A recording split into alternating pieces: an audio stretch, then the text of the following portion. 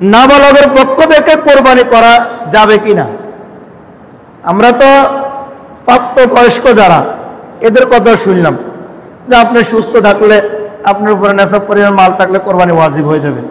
এখন যদি আপনার নাবালক সন্তান আছে, নাবালেগা মেয়ে আছে, আপনার একটা ছেলে আছে অসুস্থ, ছেলে আছে কি অসুস্থ, প্রাপ্তবয়স্ক সে, কিন্তু তার কাছে অনেক টাকা, তার কাছে কি তার ব্যাংক ব্যালেন্স অনেক টাকা আছে, বাপের তেজ্যকৃত সম্পদের সে কি হয়েছে মালিকানা দিন হয়েছে, যে কোনোভাবে হোক, সে আগে হয়তো টাকা পয়সার মালিক ছিল, ব্যবসা বাণিজ্য ছিল, বড় ধরনের চাকরি বাকরি করছে, তার টাকা পয়সা ব্যাংক ব্যালেন্স সবে আছে, এখন হঠাৎ করে সে অসুস্থ হয়ে গেছে, হঠাৎ করে কি অসুস্থ হয়ে গেছে, এখন তো তার টাকা পয়সা সবে রয়ে গেছে।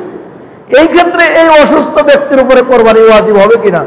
তারপরে আপনার নাবালক সন্তানের সম্পদের অভাব নেই, অনেক মা বাপ আছে না যে সরকারের ডরে, দুদকের ডরে কি করে নাবালক সন্তানের অ্যাকাউন্টে টাকা পয়সা সব ঢুকাই দিতে, ঠিক আছে না, বা যে কোনোভাবে বাপ মা দিছে সন্তানরে।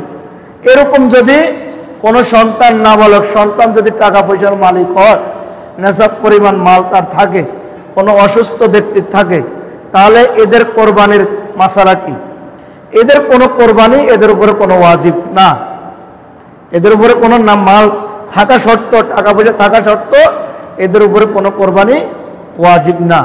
কেননা এরা তো শরীয়তের এখন তাদের উপরে কোনো বিধানে কি হয়নি, ওয়াজিব ফরজ কিছুই হয়নি। তার আল্লাহর হাদিস, আল্লাহ তাআলা কোরআনের মধ্যে বলতেছেন ফাসাল্লি লিরাব্বিকা ওয়ানহার, কোরবানি যেরকম, নামাজ যেরকম ওয়াজিব, কোরবানি তো এরকম তোমার জন্য ওয়াজিব। নামাজ যেরকম তুমি আল্লাহকে রাজি খুশি করার জন্য আল্লাহর ভয় করো, এর ঠিক তেমনি ভাবে কোরবানিও তো আল্লাহর জন্যই করো।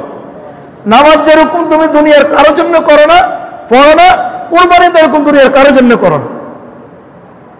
এই জন্য তো শরীয়তের প্রত্যেকটা বিধান আপনার উপরে ফরজ ওয়াজিব হওয়ার জন্য তো আপনার বয়স দিতে হবে। নাবালক শিশুর তো বয়স হয়নি এখনো, তার কাছে সম্পদ থাকুক, সমস্যা কি? এই জন্য তাদের উপরে কোরবানি ওয়াজিব না। তবে যদি কোনো বাবা তাদের পক্ষ থেকে কোরবানি করে দেয় তাহলে সওয়াব হয়ে যাবে।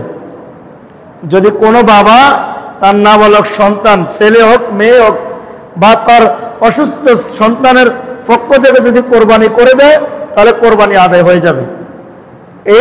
এটার হচ্ছে হুকুম হচ্ছে মুস্তাহাব, এটার হুকুম কি মুস্তাহাব। এই কোরবানির যে আপনি করবেন এটা সওয়াব হবে, কবে এটা মুস্তাহাব হুকুমের মধ্যে পড়বে।